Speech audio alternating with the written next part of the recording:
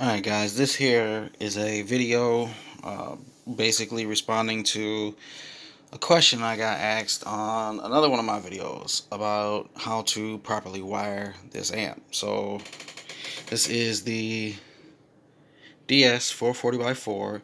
This is the 2 ohm version. So as you can see here, we have channels 1 and 2. It says 2 ohms, 2 ohms, bridged, 4 ohms minimum. So I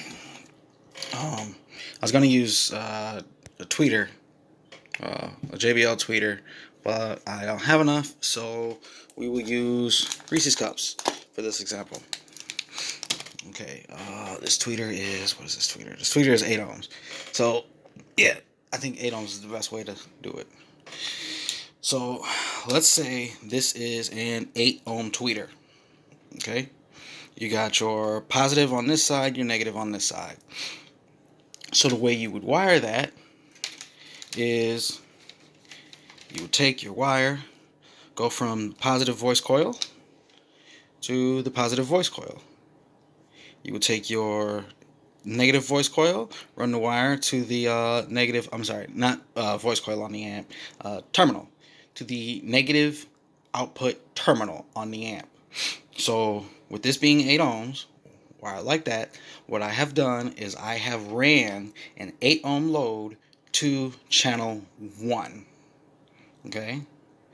Now if I take a second 8 ohm tweeter or speaker or whatever you want this to be for this example, and I take the positive, I would run it to, if I want it on its own channel. So this will be channel 1, channel 2. We got positive to positive, negative to negative, positive to positive. Sorry about that. Okay, so where are we? Oh yeah, so negative to negative. So what we have effectively done is we've taken an 8 ohm speaker and applied and wired it at 8 ohms on channel 1. We've taken another 8 ohm speaker and wired it at 8 ohms on channel 2. Yes, I understand the negative here and the positive here are touching here. It's still 8 ohms here and 8 ohms here. Trust me. It seems like it should be confusing. It's really not. Just follow what it says on the amp. That's literally all you have to do. Now then, let's say the upside down Reese is a 4 ohm speaker. So while we have the 8 ohm on channel 1, the 8 ohm on channel 2, we take this, we run the positive to the positive, the negative to the negative. So now we have 8 ohms on channel 1, 8 ohms on channel 2, 4 ohms on channel 3.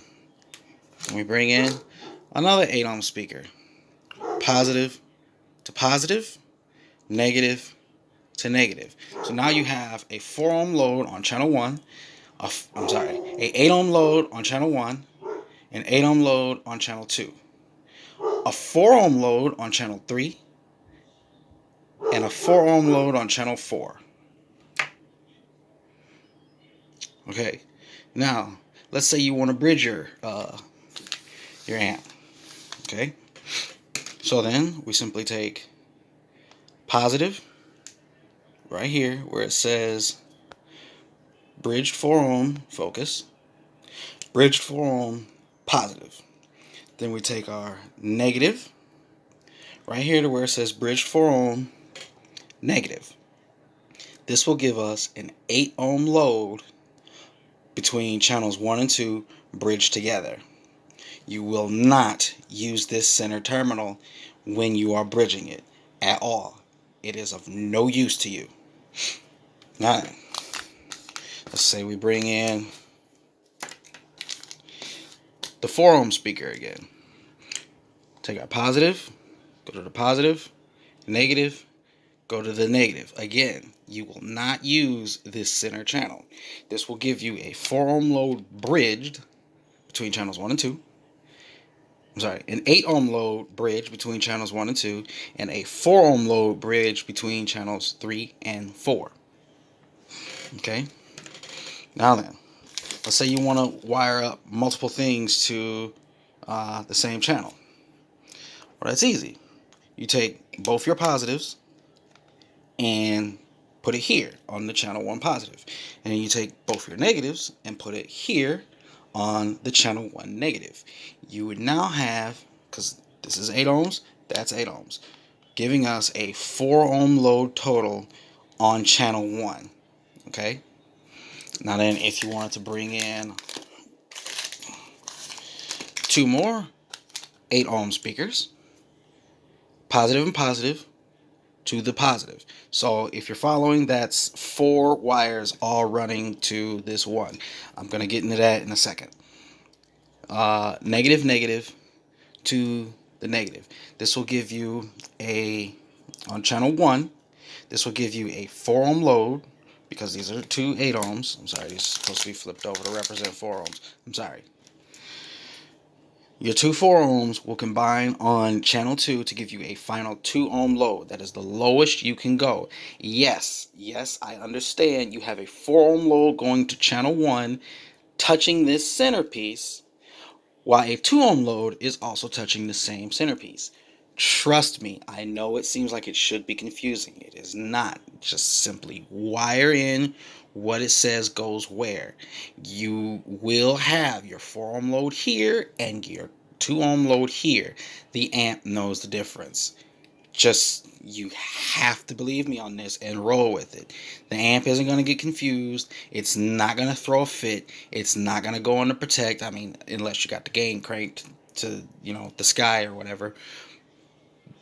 But the amp isn't going to mix the two up. Trust me. Okay. Now then, let's say you want to bridge it. Positive, positive to the channel 1 positive. Negative, negative to the channel 2 negative. You now have a 4 ohm load bridged on the channel 1 and 2 side of this amp. Now, what if you want to do these two bridged? Well, these are 4 ohms. So you take your positive and your positive, put it on channel 1 bridge, your negative and your negative, put it on channel 2 bridge. Well, that's a 2 ohm load. This is the 2 ohm model amp. This amp will not be able to handle that load. The 8 ohms bridged is okay. The 2 4 ohms bridged will bring you down to a 2 ohm load. You cannot do that on this amp. If you want to do that, you will have to get the 1 ohm version. This is, as you can see, the 2 ohm version. Won't work. Can't do that. You're going to have to unbridge it and just do these two on channels 3 and 4 while these two are bridged. That's another thing. You have this and this bridged to 4 ohms on channels 1 and 2. That's okay. This and this, or this on channel 3 at 4 ohms, and this on channel 4 at 4 ohms. So you got 4 ohms, 4 ohms, 4 ohms. That is okay. You can also run mixed max ohm loads. That's how I ran mine, and it worked perfectly fine. That's also how I ran mine on my test bench, which I use for daily purposes in the house or during house parties. What I was talking about with the multiple things on a single screw. So let's say we got 8 ohms, 8 ohms, 8 ohms. Okay. Okay, let's throw all these in. Okay. No, we'll keep it simple. Okay, so 8 ohm speaker, 8 ohm speaker, 8 ohm speaker, 8 ohm speaker. That's going to bring you down to 2 ohms if you wire them all together. So let's say you want to put these two on one channel and these two on one channel because you're putting like a subwoofer on channel 3 and 4 or whatever. Okay. So you take your positive and your positive. So that's the way I had it, is that gives you 2 runs of wire that go into this. They share this one here. Okay. Now then, your 2 negatives from these two would go here. Okay, so you got 2 wires going to this and 2 wires going to that, and they're sharing.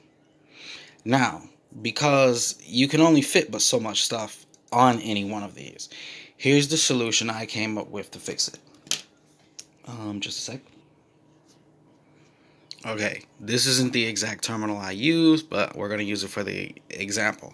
If you're wondering, this is a Taramps specific dual 1-aught to single 1-aught input by Ill Customs. Thanks again, Cal Olson and Mike Olson, for the great product.